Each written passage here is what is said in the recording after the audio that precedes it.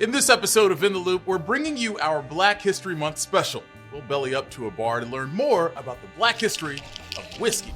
Their stories really shine because, look, of course they were, living on the lam and doing things that weren't within the law at that time, but they also were thriving entrepreneurs. And later in the episode, there's something about drag that just really provides a sense of freedom, a sense of connection. We're learning from an iconic drag queen about how drag isn't just a part of LGBTQ plus history, it's also Black history. This is In the Loop. I'm Christian Bryant. Folks, you've just tuned in to our Black History Month special. Over the next hour, we'll be celebrating Black excellence and looking at ways Black Americans have not only made history in the past, but continue to make history today. You might want to pour yourself a glass of something special to pair with this segment. We're kicking things off by talking about something I know pretty well, whiskey. Both bourbon, a type of whiskey, and Tennessee whiskey can trace their origins to the 18th and 19th centuries in the American South. One common story, albeit one that's probably more of a folk tale than actual history, ties bourbon's creation to the white Baptist preacher Elijah Craig, whose name still graces the bottles of a namesake bourbon brand to this day. But evidence shows us that it was actually Black hands that took on a lot of the work that went into making these now classic spirits long before it was bottled. There's the obvious tremendous physical labor that went into it, right?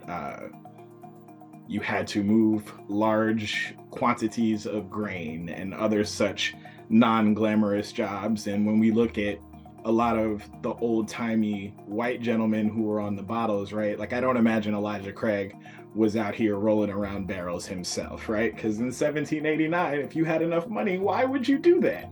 That's Che Ramos, also known as the Black Bourbon Guy. He runs a set of whiskey and bourbon tasting events that walk people through the very long and blacker than you think history of the spirits. Take none other than Old Number 7 itself, Jack Daniel's. Arguably, the most famous American whiskey brand owes its iconic taste to a Black man, Nathan Nearest Green, also known as Uncle Nearest. He was the master distiller on the property of a Lutheran pastor in Shelbyville, Tennessee. He was in charge of producing whiskey. A teenage Jack Daniel came to work on that farm at some point. The Lutheran pastor put the two of them together, asked Nathaniel, or Uncle Nearest, if you will, to teach Jack Daniel how to make Tennessee whiskey. And the legend was born. So why is it called Jack Daniel's and not Uncle Nearest? Well, we're talking the 1880s here, right? So unfortunately, it was not a realistic possibility for a Black formerly enslaved man, or not formerly enslaved man for that matter, to raise enough capital to start a distillery himself. So there are people who believe that Jack Daniel kind of did Uncle Nearest dirty. I don't think that that is the case at all. Just the environment did not really work out well. Since 2016, Jack Daniel's has acknowledged and celebrated Green's role in creating its signature product. Green is recognized on distillery tours and in the drink's history as its first master distiller. When we first told the story, we did not realize the significance and the importance to people. But it became very, very clear that this was an important story that people felt pride in. Here is a name that people didn't know that they could point to, an African-American, once enslaved individual who'd accomplished something really remarkable in American industry with a name that we all know today. So it's important that people know Nearest's name. The company also consciously chose not to make its own whiskey line honoring Green, after hearing concerns that it would look like the company was cashing in on Green's name for its own gain. But his influence is recognized in other brands. In 2017, author Fawn Weaver launched her own whiskey brand after meeting relatives of Uncle Nearest who still worked for Jack Daniel's. The name of the new brand? Uncle Nearest. And the master distiller? None other than Uncle Nearest's great-great-granddaughter, Victoria Edie Butler. In recent years, we've seen even more Black-owned brands join the scene, with experts estimating there are now a few dozen Black-owned distilleries. St. Liberty Whiskey has focused its whiskeys on women who distilled during Prohibition in the 1920s. One drink honors Bertie Brown, a black woman in Montana who was one of the top moonshine makers in the country until she met an untimely death during the distillation process. Some of the vapor from her product caught fire and blew her kitchen up, taking her out with it. So a really unfortunate end to someone who sounded like she was a fantastic woman, because I mean, Prohibition running in the 1920s and 30s, it wasn't easy to do much as a black woman. That point resonated with St. Liberty investors Dia Sims and Aaron Harris. They're already the CEO and chief brand officer, respectively, of another drink, Lobo 1707 Tequila, but the chance to join a project that honored those who came before them was too good to pass up. Their stories really shine because, look, of course they were, living on the lam and doing things that weren't within the law at that time, but they also were thriving entrepreneurs, right? Like driving their own economic empowerment at a time where things were even more constrained than they are today. The way they see it, that long history allows them to make more of it today. When you talk about Black entrepreneurs, ownership and equity is so important to build wealth. So we've been around this industry working with distributors, working in the 360 ecosystem, and we haven't seen a lot of people like us. Folks, we've talked a lot about the past and present history of distilling the drinks, but now we're going to explore a bit about Black folks consuming and encouraging the appreciation of bourbon whiskey. For that, we traveled down to Atlanta to sit down for a drink with Samara B. Davis, founder and chief bourbon enthusiast at the Black Bourbon Society, and bellied up to a bar with her and master mixologist Tondi Walton to learn a little bit more.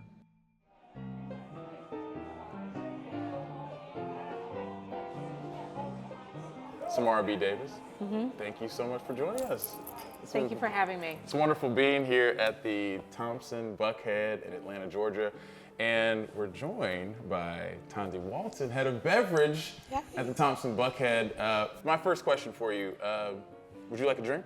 Absolutely. What should we have? Let's consult with the head of beverage. We shall have a bourbon cocktail with a little Zimbabwean South African flavor to it.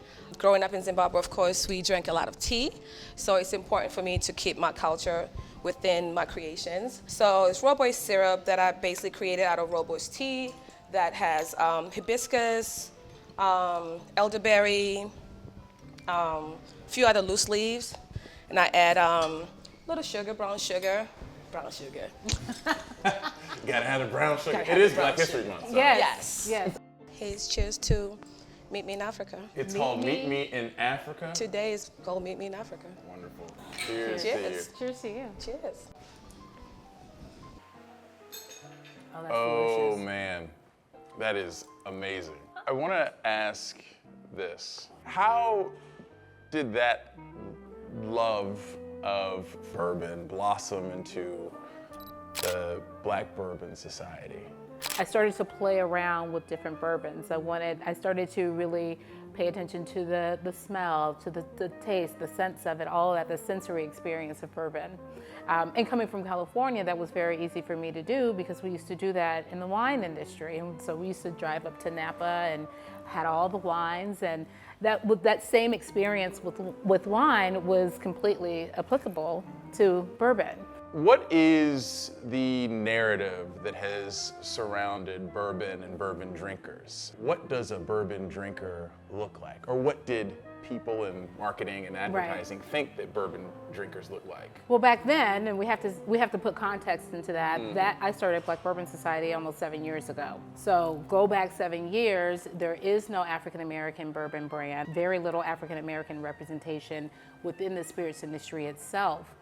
However, in the past 7 years, we've seen a major shift in this industry. First of all, interest in bourbon has skyrocketed in that time frame. Sales have skyrocketed, as well. Innovation has skyrocketed, brands coming to the market. Again, you've got brand new brands like Uncle Nearest coming to the table. So now in this space, you see women, entering in the space, and African Americans. From your perspective, as head of beverage here at Thompson Buckhead, You know, what is it that you've seen in the industry over the last 10 years, especially when it comes to Black consumers and brands reaching out to those Black consumers? So what I've seen is the elevation of the palette. So went from Jack, you know, to now we want everything neat or old-fashioned. I've seen the influx of old fashions from high tier. So it's never the bottom of the barrel no more. They know what they would like to consume. I'm so proud of us as a people on the elevation of palettes. I used to say I changed palettes by the bar stool. I don't have to do that no more. I want to talk a little bit about barriers to entry. I think about economic hardships, getting loans, you know, things of the like, and how things are oftentimes worse for Black Americans. So in thinking about, you know, barriers to entry, you know, what are they when it comes to the spirits industry, and how, if at all, is that reflective of what it looks like for Americans in general? Well, there are a lot of barriers if you want to go from distilling to producing a product, right? So if you want to build a distillery, you're talking about $10 million off top, right? And and it's even more than that, really. It's more like 50, especially when you start talking about securing the land, drawing up the plans, then building out a distillery, getting the still, which is custom made from Vendome, like, and you start talking about all the equipment that needs to go into what a distillery needs in order to get started. That doesn't include the fact that once you distill the product, you then have to wait 4 to 6 years for it to mature before you put it in a bottle and sell it. So that path to getting into the whiskey industry is only really available for a very small few, but there's an easier way to do it. For African Americans in particular, and for women even, women have found a way to get into this a lot faster than I see Black spirits professionals getting into. It's really the opportunities and the mentorship. There's barriers there as well, just because like we don't have the freedom, the flexibility to just focus on being an apprentice. So those are the barriers that we're really seeing. But like there are a few folks that are pushing past those barriers, right? The social barriers, the economic barriers, just the accessibility barriers, and that are still dedicated to the spirit and getting it done. Samara B. Davis. Yeah. Thank you so much for your time. This was great. Tandy Walter. Thank you so pleasure. much for your time. Thank you so much. One more. Yeah. Cheers. Cheers. Yay. Thank you. Cheers. Thank you again so much to Samara, the Black Bourbon Society, Tandy, and the folks at the Thompson Buckhead for helping us tell some living history. All right, so we started off with some buzz, but this episode isn't all about whiskey, although I wouldn't mind that. Tough sell to the higher ups, though. Up next, we'll be exploring the rich Black history and drag culture and talk to a legend in the drag queen community. We'll see you back here in just a few.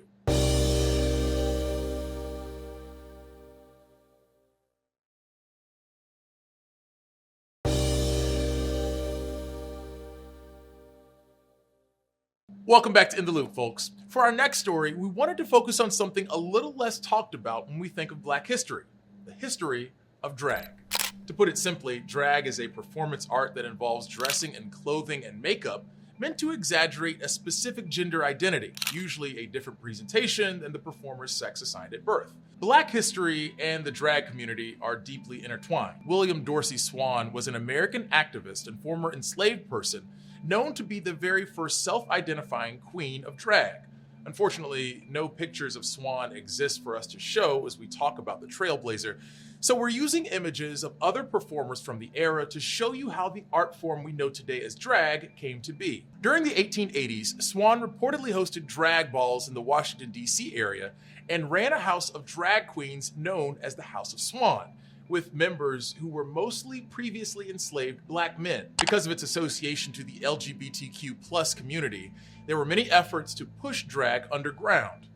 Leaders like Swann had constant run-ins with the police and faced multiple arrests, a trend that continued through the following decades for gender nonconformists. One of the most famous examples of this is the rebellion at the Stonewall Inn back in 1969. It was a pivotal moment in the history of LGBTQ+ rights in this country, led by individuals like Marsha P. Johnson, a Black queer activist who identified as a drag queen, Miss Major Griffin Gracie, a Black trans female activist, and Stormy DeLavier, a biracial lesbian who used to perform in a traveling drag show as a drag king. DeLavier's call to action to the Stonewall crowd during her arrest is credited with inspiring the riots that followed. Over the years, the intersection between race, sexual orientation, and gender identity has become increasingly important in the Black community, but when it came to drag, much of that stayed underground, or at least out of the mainstream. Then, in the early 1990s, now famous drag queen RuPaul Charles rose to fame with his hit single and namesake album, Supermodel of the World.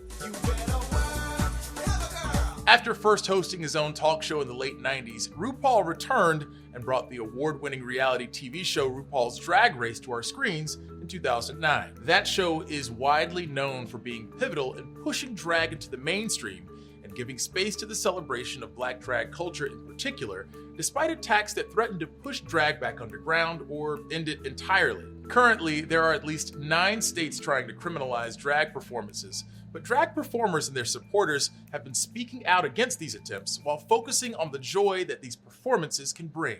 To tell us more about the joys and challenges of being a Black drag queen, we're joined by the iconic Miss Peppermint. Peppermint is an actress, a longtime drag performer, and ACLU ambassador, but viewers might know her most famously as the runner-up in season 9 of RuPaul's Drag Race. Peppermint, welcome to In the Loop, and thank you so much for joining us, and we'll try not to it up. You better not it up. And don't it up. Christian, so great to be here. Before we get started, happy belated birthday. What did you do to celebrate? Nothing. Thank you very much. I basically got my hair done. Which, you know, many folks know that is more than that's not like a 1 hour thing. It's like an all day thing. I mean, treat yourself. This is the perfect time to do that, right? And I sure did.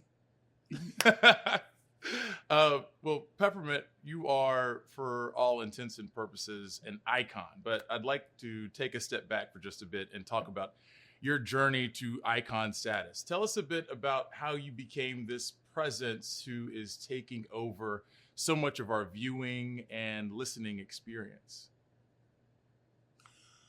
Well, I didn't realize that I had such an impact, but thank you for that. I mean, I moved to New York City as a performer years and years and years ago to go to acting school and be a performer. And I think that served me pretty well. And everybody knows New York City nightlife is infamous. And so I thought I would try my hand at performing in the clubs and the bars, and I did. And I thought it would just kind of be a weekend job or a part-time job. And I ended up doing it for about 20 years regularly, you know. I imagine there's been a range of experiences from when you first started to where you are now. How have conditions changed for you and for other performers in that time? Well, in short, I mean, conditions for performing in drag have gotten better for me because I was on a drag television show. And so that's something that only I can say from my experience. Not everybody who does drag is on TV, obviously. But lots of people who are on TV, their lives can change, sometimes for the better, sometimes for the worse. And mine definitely changed for the best. I think it's important that people have a good understanding of what drag is. For those who don't know, drag is gendered performance, and most typically a man who dresses in women's clothing for entertainment. But drag has evolved so much more than that. And I think if we leave it at just that simple thing, people will be like, oh, then that person you're talking to, Miss Peppermint, is a man. I most certainly am not a man. I'm a trans woman. Yeah. And that shows that many people can perform in the context of drag. Men, women, trans folks, non-binary folks, however you identify has really very little to do with the ability to do drag. Who you are and what you bring to your drag and how much talent you have has everything to do with it. And so, as a performer who's been working in nightlife and learned a lot, went to acting school, have a degree in acting, and lived a life, I've been able to enhance what I bring to the table of drag for myself.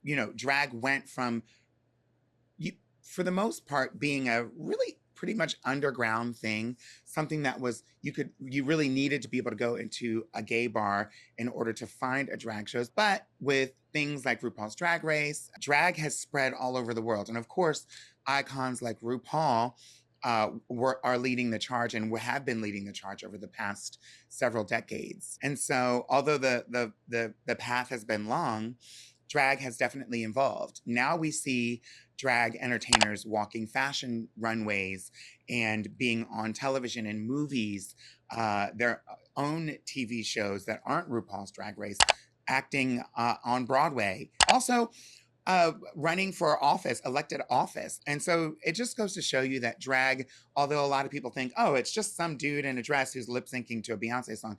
It can be that, which is fierce, but it can be so much more than that. For a lot of people, drag is really a job or a career. You've been vocal about being a Black trans drag queen and some of the obstacles in finding success within show business. I'm curious to know, would a younger Peppermint, let's say Little Miss Peppermint, have an easier time finding success now? What are some of those barriers that still stand in the way? Well, I think one of the things that's really important to acknowledge here, which I haven't said yet, is that even though these people on the surface are really targeting drag, it's really not drag that they're targeting, because when they're using words like groomer, which kind of makes you think child molester or someone who abuses children, obviously that's not happening at drag shows. But what they're really doing is saying, we want to outlaw drag shows, and because they're saying that they're too woke, and what they're attempting to do is limit or stifle any conversation about gender. What they're really doing is targeting trans individuals, and they're sort of lumping anyone who is outside of what they call the norm. Maybe they're queer, maybe they're pansexual, transgender, bi, whatever. These folks lay outside of what they're calling the norm. And that's who they're really trying to target. The reason why I went into drag primarily is because I felt like an outcast, and I wasn't able to get or hold a job. Not because I'm not intelligent, but because I was fired for having hair and having nails and expressing myself in a very swishy way. And I was fired from the bank. I was fired from a lot of jobs for that very reason, which is thankfully usually illegal today, but it wasn't in the 90s when I was working in those jobs. And so I went into the world of drag because drag is, again, accepting and freeing.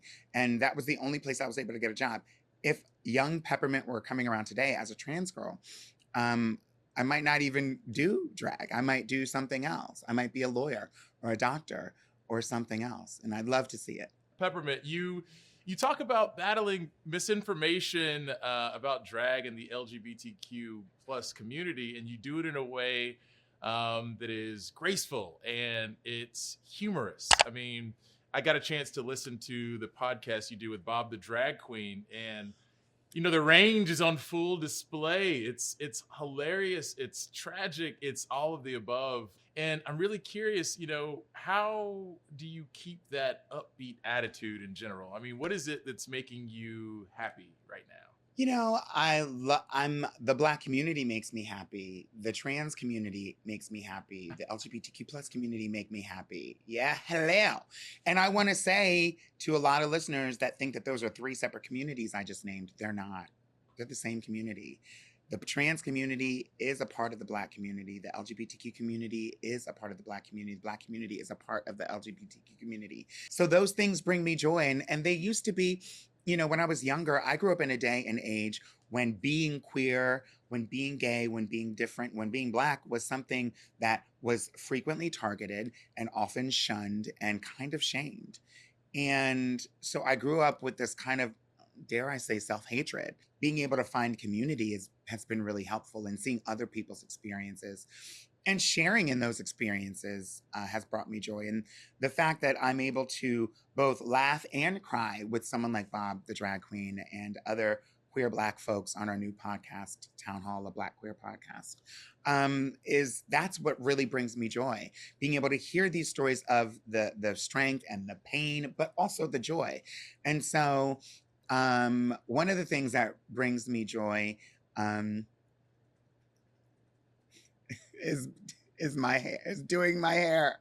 Doing my hair brings me joy. I know that was like such a vapid way to end that. Other things bring me joy too, but right now I'm obsessed. You mentioned all these things, like in having these conversations with people and connecting with in community, and then doing my hair. Right? Yeah, that's stuck the landing. It's all of it. I appreciate the honesty though. Peppermint is an actress, a singer, a longtime drag performer, an ACLU ambassador, and the runner-up in season 9 of RuPaul's Drag Race. Peppermint, thank you so much for joining us. Christian, thank you.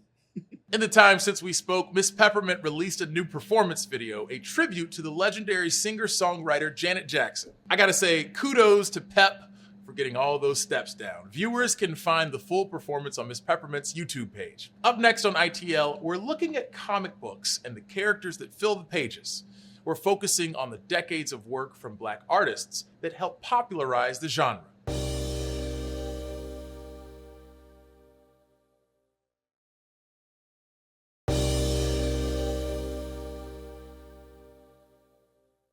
In recent years, we've seen some pretty iconic Black heroes hit the big screen. You've heard of Black Panther, Falcon from Falcon and the Winter Soldier, Miles Morales as Spider-Man, but the history of Black characters in comics, and not just superhero comics, goes deeper and further back than you might realize. The first Black-led comic book company debuted in 1947. Another major Black-led comic print started in the 90s. Entertainment correspondent Casey Mendoza talked to a cartoonist, author, and comic historian about the history of Black cartoonists and comics.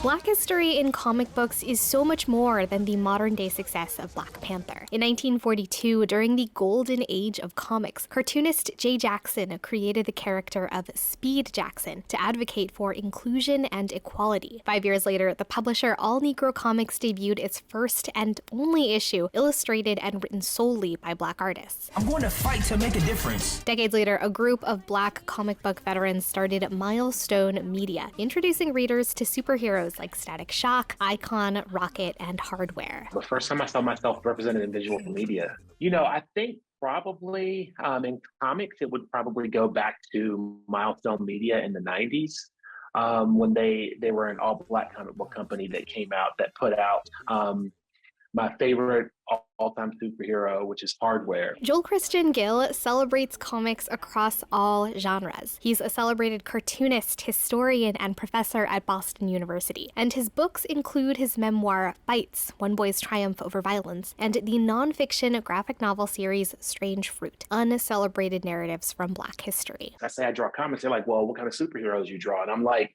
Harriet Tubman?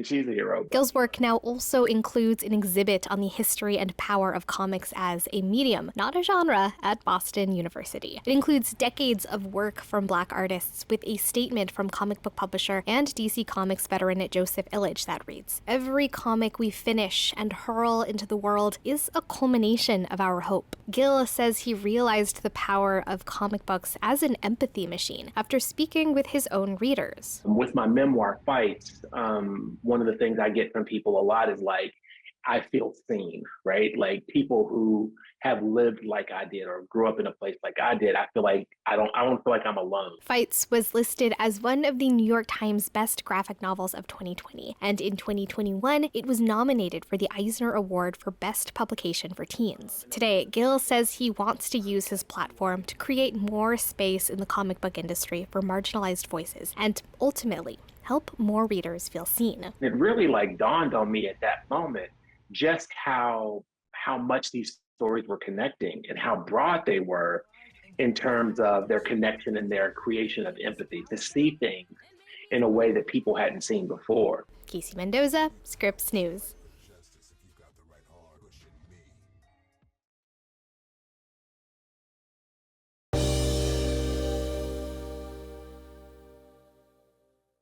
All right, folks, cheers to you for joining us this hour, but our time here on In the Loop is up. We're back here every weeknight starting at 9 p.m. Eastern. Take care of yourselves, folks.